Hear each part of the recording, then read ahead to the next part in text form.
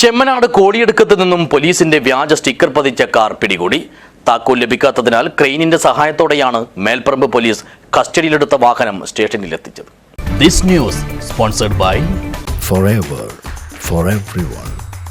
Shobhika Weddings, Big Mall, Kanyanad, Kozhikode, Koilandi and Kutyadi. Koliyadukkam തെക്കിൽ മൂടമ്പയൽ എന്ന സ്ഥലത്ത് B Muhammad എന്നയാളുടെ വീട്ടുമുറ്റത്ത് നിർത്തിയിട്ട നിലയിലായിരുന്നു കാർ. UP 32 GT 7887 നമ്പർ വെളുത്ത നിറത്തിലുള്ള കാറിന്റെ പിൻഭാഗത്താണ് ഗ്ലാസിൽ പോലീസ് എന്നെഴുതിയ സ്റ്റിക്കർ പതിച്ചിരുന്നത്. മകൻ ഫജാസ് എന്ന അബ്ദുൽ ഫജാസിന്റേതാണ് വാഹനമെന്നാണ് വീട്ടുകാർ പറയുന്നത്. രേഖകളോ താക്കോലോ ഒന്നും തന്നെ തങ്ങളുടെ കൈവശമില്ലെന്നും ഇവർ പോലീസിനെ അറിയിച്ചു. അബ്ദുൽ ഫജാസ് വാറണ്ട് കേസിലെ പ്രതിയാണ്. താക്കോൽ ലഭിക്കാത്തതിനാൽ ക്രെയിനിന്റെ സഹായത്തോടെയാണ് വാഹനം Melparamba police സ്റ്റേഷനിലെത്തിച്ചത്.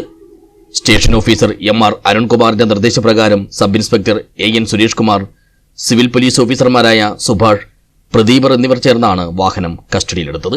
News bureau, Uduma.